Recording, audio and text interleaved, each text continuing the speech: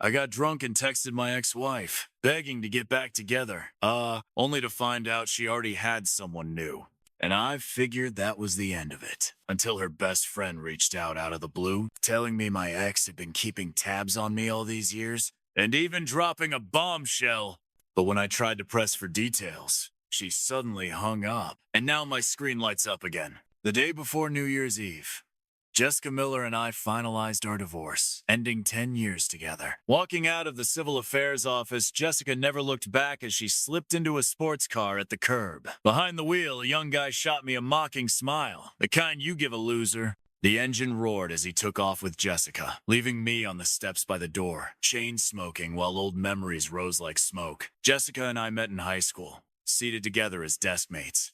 From day one, I was taken with her. Back then, she wore the blue and white school uniform, her hair in a high ponytail, fine features, a sweet smile, and a faint scent of gardenias.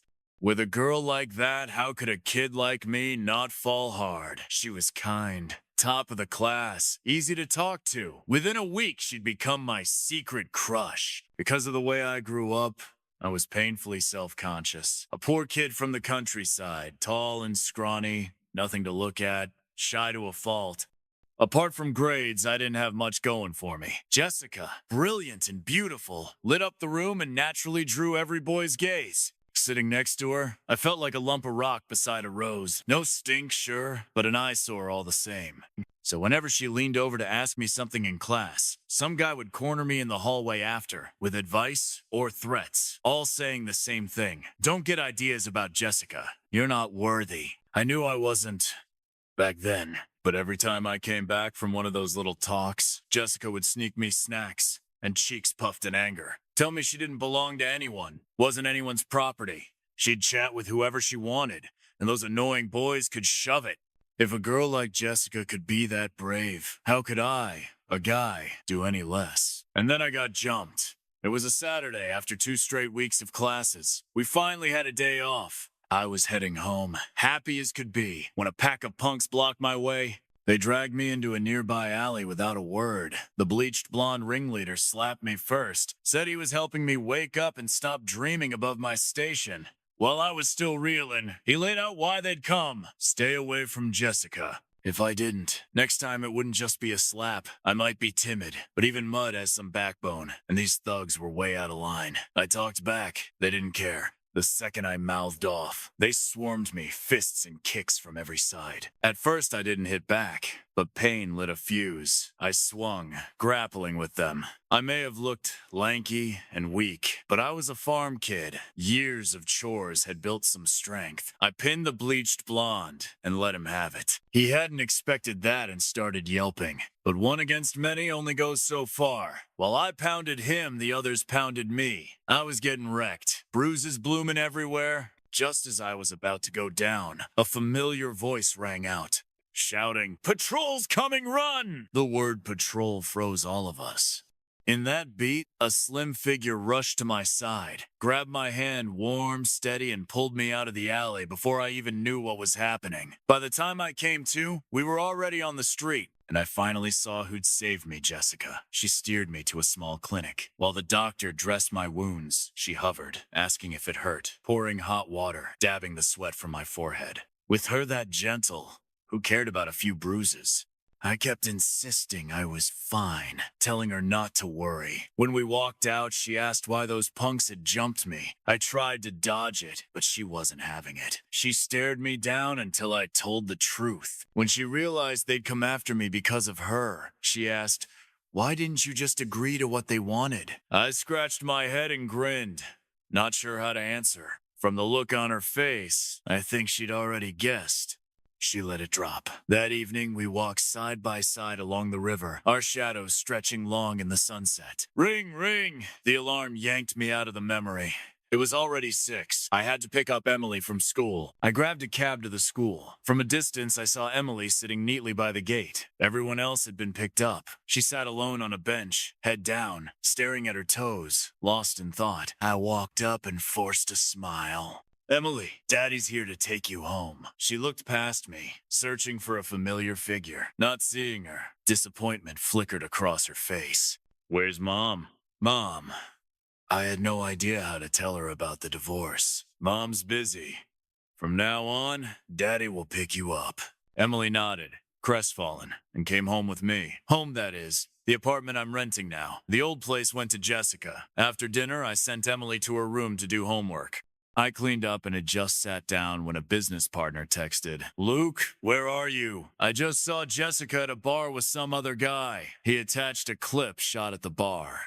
In it, Jessica was drinking with the same sports car guy who'd picked her up, kissing and clinging to him, working the room like a seasoned regular. The video was short 10 seconds. I stared at it a long time before replying. Jessica and I are divorced. He was stunned. He knew how much I loved her. I said I loved her down to the bone. That the world ending seemed more likely than us splitting up. He wanted to ask why, but to spare my feelings, he didn't. He just told me not to let it eat me alive. He said a good man like me was Jessica's loss. Was I a good man? Maybe. After Emily finished her homework, I tucked her into bed and told her we'd visit her grandparents tomorrow. Usually, she'd light up at the mention of going there, but not tonight.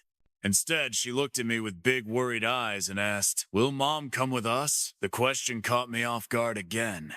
To help her fall asleep, I said, "I'll ask her, okay?" Once Emily drifted off, I went back to the living room. I stood by the window for a long time before finally taking out my phone and calling Jessica. "The number you have dialed is powered off. Please try again later." Staring at the dark screen, I typed out a text instead. "Emily misses you. Are you coming home for New Year?" The message sat there with no reply. I figured Jessica was probably out having fun with her new man. She never even drank before. I opened the bar video again and watched it on a loop. Staring at that familiar yet distant version of her, my mind drifted back to our senior year of high school. After exams, our class held a party singing and drinking at a karaoke bar. Jessica and I weren't into that scene, so we sat together in a corner, watching our classmates belt out songs and down bottles. A few drinks in, the place was buzzing. Some were toasting, others confessing crushes. Jessica, the class beauty, had been every boy's dream girl and quickly became the center of attention. Dozens of guys came over to toast her.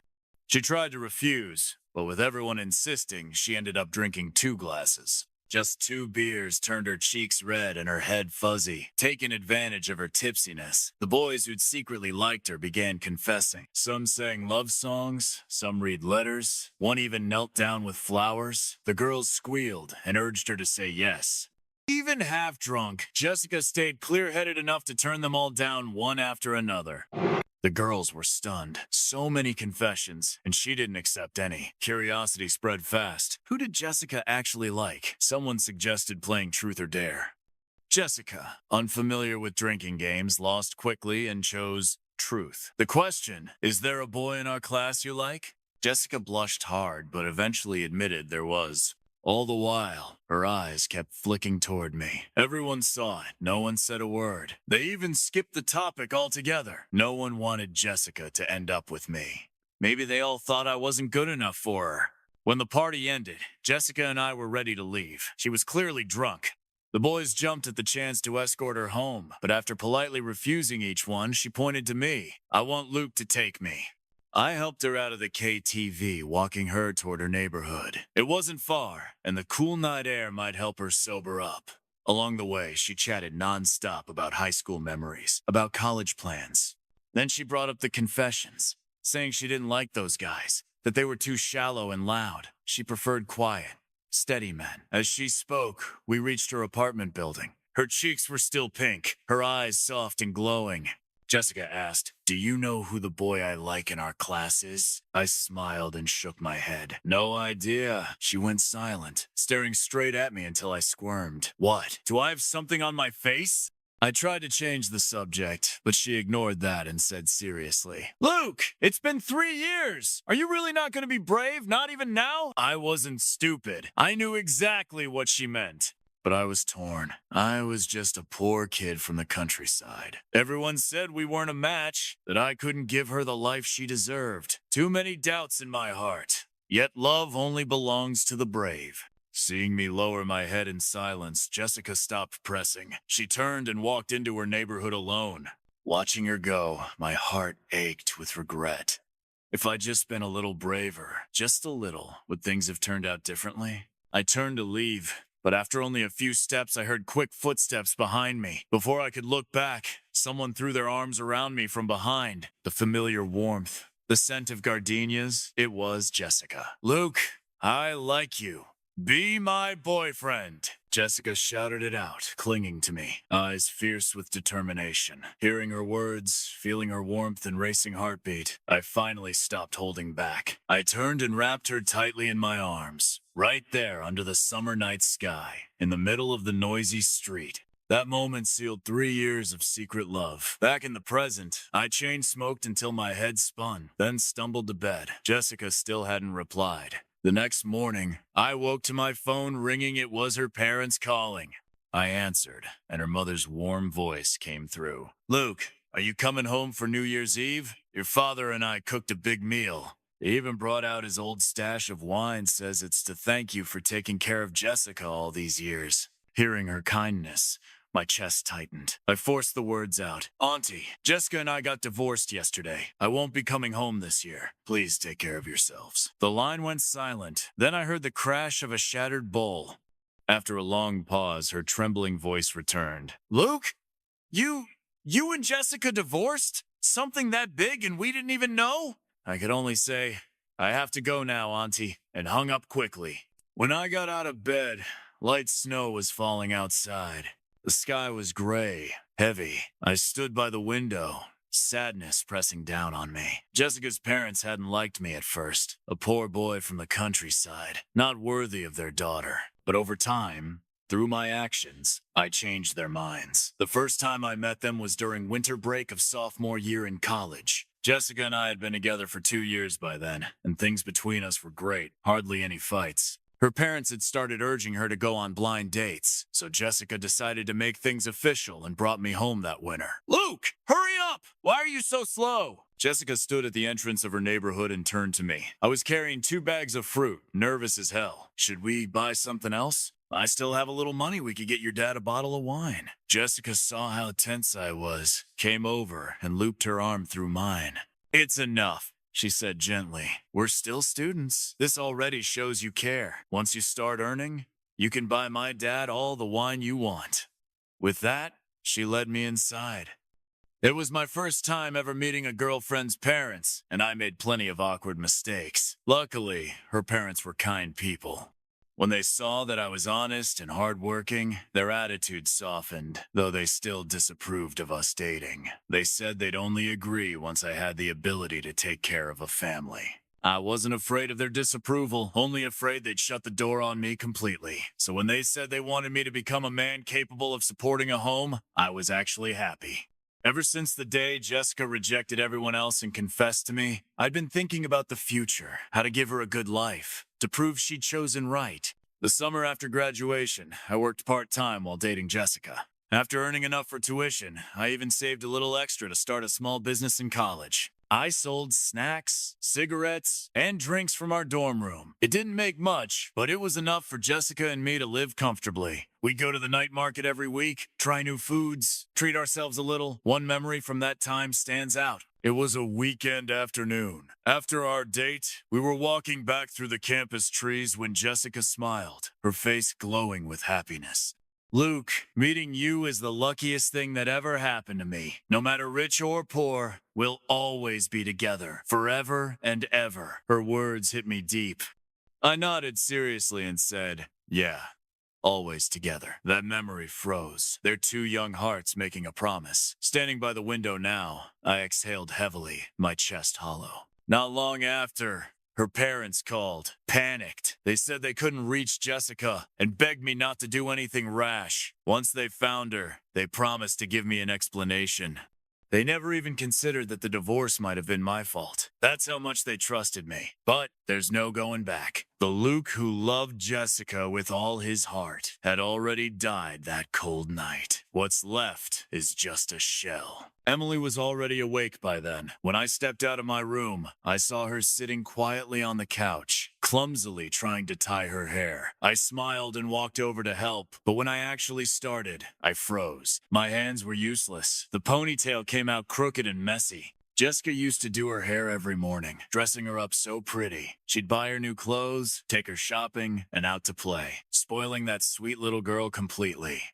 But if she loved Emily so much, why did she do what she did? After getting the house and car, she didn't hesitate for a second. She gave me full custody and walked away. Jessica, what could have made you throw away such a happy family without a second thought? For the first time in 10 years, I realized I no longer understood her. I couldn't read her thoughts or her actions. She felt like a stranger, someone I'd never truly known. After finishing Emily's hair as best I could, I started packing for our trip home. Emily watched quietly from the side. After a long while, she finally whispered, "Daddy, will Mom come with us?" My hands stopped mid-pack. I stood slowly and said, "Let me call her and ask, okay?" Not wanting Emily to overhear, I stepped onto the balcony to make the call. To my surprise, she answered. But before I could speak, Jessica's impatient voice came through. "Luke, we're divorced! Can you stop bothering me already?" Swallowing the urge to hang up, I forced myself to say, "Emily says she misses you. She wants to spend New Year's with you. You can take her yourself. Don't bother me." Jessica's tone didn't soften at all. "Who's calling so early?" I heard a man's voice in the background. "My ex-husband. Such a pain."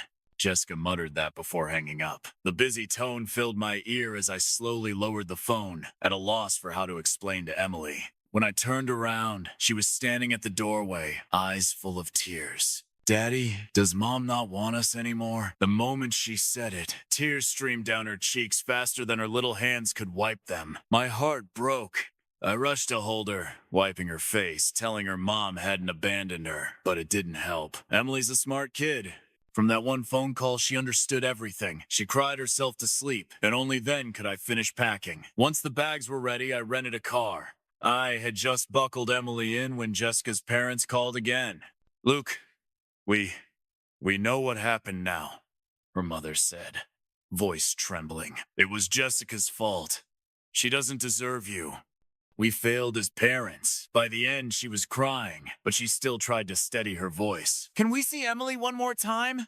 Hearing her sobs, I couldn't bring myself to refuse. I drove to their house. Even before I arrived, I saw the elderly couple waiting in the cold wind. The moment I parked, her mother hurried over and scooped sleepy Emily into her arms.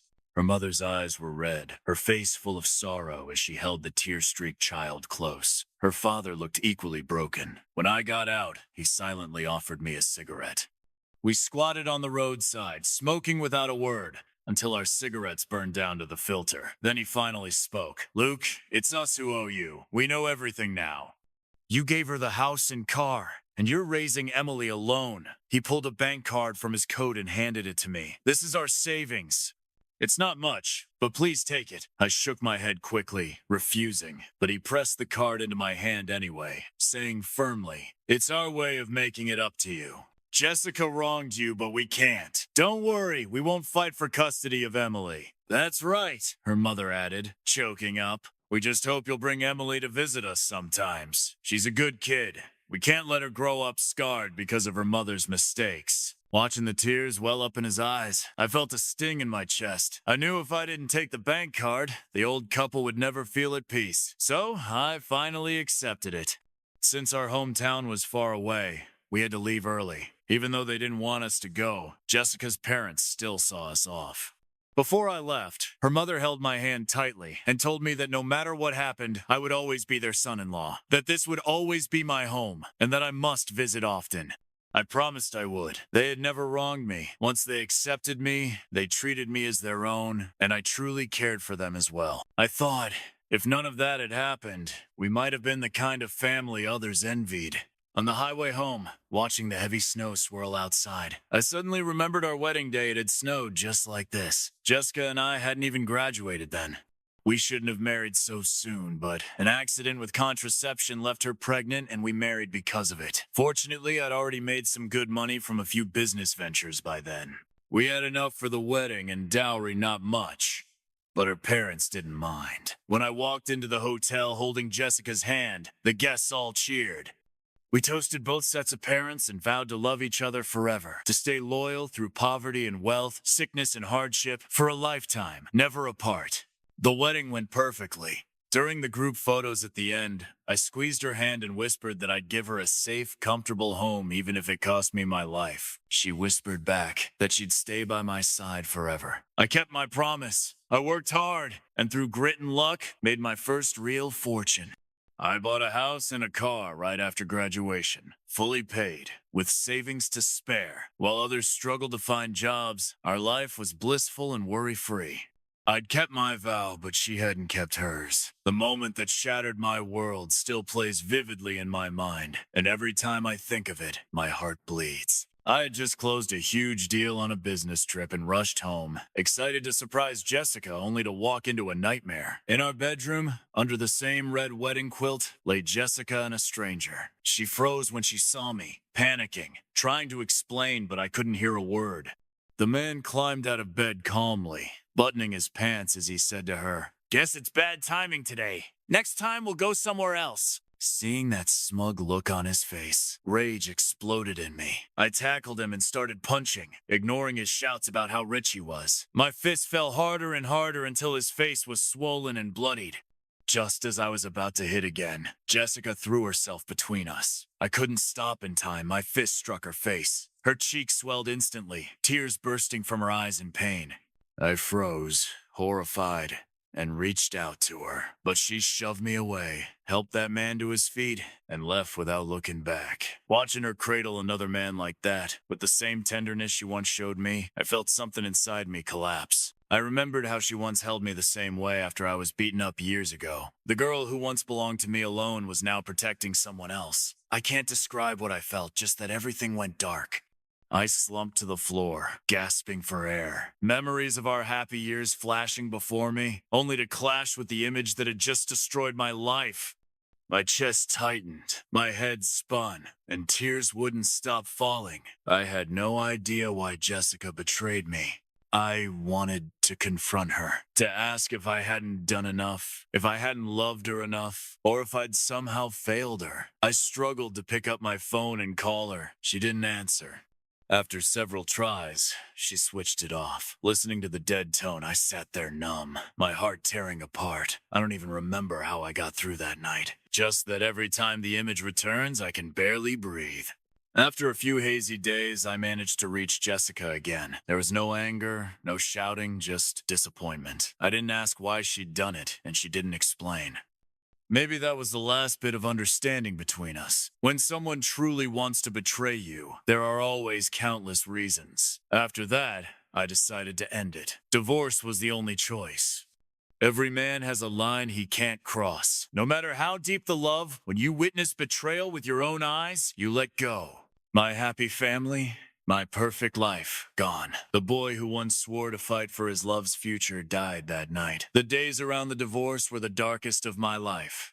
That hollow, aimless despair made every step feel unbearably heavy. But time takes everything, doesn't it? Later, my business grew, and I became what others called successful. Plenty of young, beautiful women showed interest, but for Emily's sake, I turned them all down. Only after she grew up did I finally remarry to a woman who had pursued me for years.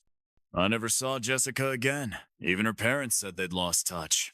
After the divorce, she sold our house and car and moved away with that man. Was that her version of happiness? I don't know, and I don't care anymore. My world stayed small, just family and work, nothing else. Life went on. Years later, 20 years to be exact, I saw Jessica again. I was traveling with my second wife and Emily.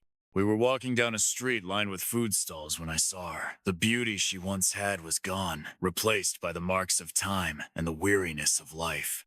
She looked ordinary, tired, smelling faintly of cooking oil. Beside her stood a teenage boy calling her mom. She saw me too. For a moment, We both froze. Then Jessica lowered her head, as if afraid I'd see her like this. I had long since let the past go. I didn't want to disturb her life, so I turned to leave. But she suddenly called my name, saying she had something she wanted to tell me. I hesitated, then agreed, sending Emily and my wife ahead to wait somewhere else.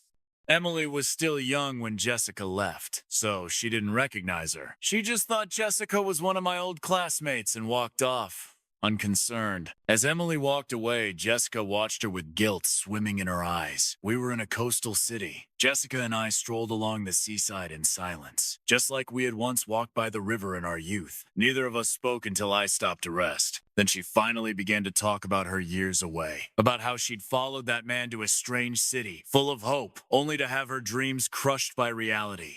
At first, she said, the man treated her incredibly well, so well she thought he was her prince. But as time went on, maybe because of life's pressures, maybe just boredom, he started ignoring her, then cheating. Jessica said she'd already begun to regret everything then, but it was too late. She was pregnant with his child. Too ashamed to face her parents or me, she stayed and endured it all alone in that unfamiliar city. Not long after giving birth, the man was arrested and never came back. Jessica raised the child on her own, enduring hardship and humiliation, yet somehow surviving it all. Those bitter years, she said, taught her how foolish she'd been. To think that 10 years together had dulled her love for me, that our peaceful life was boring, and that the thrill that man offered was worth everything. He'd taken her on wild adventures, made her feel alive again, and she mistook excitement for love. Chasing freedom and passion, she betrayed me, then followed him far away, believing she was starting a new, exciting life. But in the end, she lost everything, left with nothing but shame. As she spoke, I listened quietly, just like the old days, the talkative girl and the quiet boy. When she finished, she looked at me, the way she once did that summer night beneath her apartment building, eyes locked on mine, and asked softly, Luke, what do you think would have happened if we hadn't divorced? Her question caught me off guard.